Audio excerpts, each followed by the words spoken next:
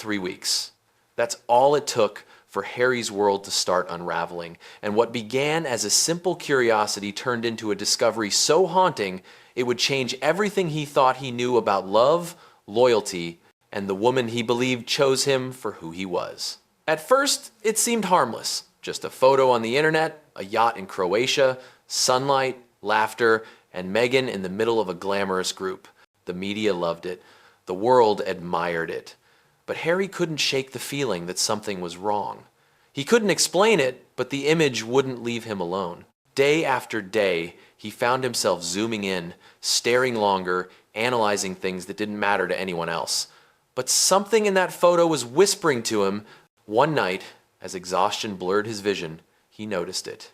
A small navy blue canvas bag tucked casually near the deck railing, barely noticeable unless you were looking for it. 3 gold letters on the front froze his blood. Soho House. In that moment, an old memory whispered in his ear. A memory of Meghan telling him how Soho House had been more than a club. It was her world, her network, her beginning. Harry's heart pounded as he wondered, what if this wasn't coincidence? What if everything led back to that place? He opened his laptop, typed 3 names into the search bar: Soho House, Marcus Anderson, Meghan Markle. And that's where it began. Old articles, deleted interviews, archived blogs, broken links he had to dig through like a detective. What he found wasn't just surprising, it was chilling. Marcus Anderson wasn't just Meghan's flamboyant friend from Toronto. He wasn't just a social butterfly who loved parties. He was what insiders called an access broker, a connector, a social architect. He introduced ambitious women to influential men, rising actresses to producers, new faces to royalty. One line in an old article said, "Marcus doesn't attend parties, he builds them." Harry sat back, stunned. Every strange moment, every quiet whisper at events, every time he saw Marcus near Meghan, without understanding why, it all hit him at once. Marcus wasn't just present, he was placed. But placed for what? Harry couldn't sleep. He contacted someone he hadn't spoken to in years, a former Soho House insider. Harry didn't want to believe the words he was about to hear, but he needed answers. At first, there was silence, like the man didn't want to speak. Then, slowly, the truth came out. Marcus didn't run a social circle. He ran what people discreetly called a finishing school. Not for etiquette, not for grooming, for access. He identified women with ambition, women who wanted to climb. He trained them to speak, dress, network, and blend into high society. He brought them to exclusive events, introduced them to influential people, and quietly positioned them where they needed to be seen. It wasn't random, it was strategic. Harry stared at the wall, a sinking feeling taking over him completely. He remembered events from 2013, 2014, 2015, and how Marcus was always there. He remembered the blind date arranged by Misha, another Soho House member. He remembered how Meghan always knew where to be and who would be there. But now, one question haunted him more than all the others. How had Meghan afforded all of this? He knew her old acting income. He knew what she made from Suits. It didn't match. Not even close. 5-star hotels, first-class flights, private memberships, luxury styling, designer outfits for events. This was a lifestyle that cost nearly $70,000 a year before she even met him. Someone was helping her, someone was investing, someone was building her image long before Harry entered the story. He contacted someone still working with Soho House, someone who knew the financial structure. The man was hesitant, careful, nervous.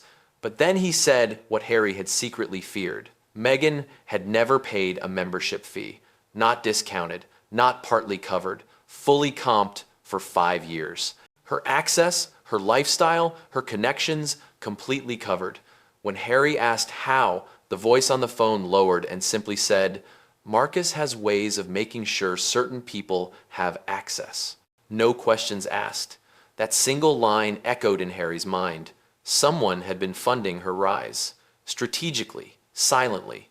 Then came the moment Harry would never forget. He pulled open his office drawer and took out the wedding guest list, the one he never truly looked at before. He highlighted every Soho House name, every Marcus connection, every carefully placed guest. 60 names. 60 people connected not by friendship, but by network. This wasn't a wedding. It was a summit, a gathering of those who helped elevate her. His heart broke that night because he realized something deeply painful. It wasn't just love that brought her there. It was a system. Then came the voicemail, the one from his brother he had never listened to. He pressed play, and William's voice filled the quiet room. Calm, serious, careful. "Harry, you need to listen to me." Palace security ran a background check. "This isn't random. Please look into this before you propose." Another voicemail. "Marcus has a reputation. He positions people. Meghan has been linked to your world long before you met." The last one. "I'm not telling you what to do. I'm telling you to be aware." Harry froze. It wasn't jealousy. It wasn't control. William was trying to protect him. He ignored him, deleted the messages, married her anyway. And now he was living with the question, was I chosen or was I targeted? The truth didn't scream. It whispered. It whispered in the quiet moments, in the sleepless nights, in the memories that no longer felt innocent. The yacht photo wasn't just a picture. The bag wasn't just a bag. The friendship with Marcus wasn't just friendship. The wedding wasn't just love.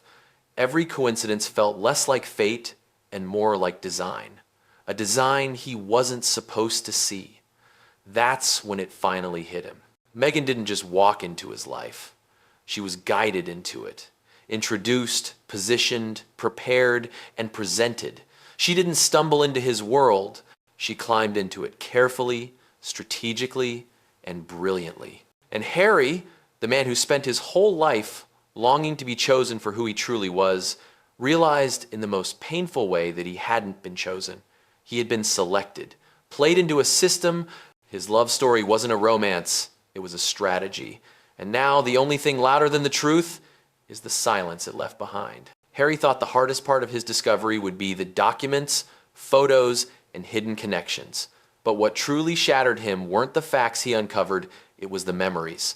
Memories of moments he once believed were pure, now replaying like scenes from a scripted plan. He remembered the first time Meghan looked at him, not surprised, not curious, but almost certain, like she had been waiting for that exact moment. She knew names, charities, and emotional triggers he never shared publicly. He thought it was chemistry. Now it felt like preparation. He recalled seeing her at a polo match months before they officially met. Back then, it felt coincidental. Now he remembered Marcus was there too, always nearby, always observing. The more he replayed, the more everything felt perfectly timed. The conversations, the vulnerable stories, the moments she appeared when he was alone, not too soon, not too late. She didn't win him with glamour, she won him with vulnerability. She spoke about loneliness, feeling misunderstood, and wanting something real. Back then, he thought their souls were aligning. Now, he wondered if those words were rehearsed.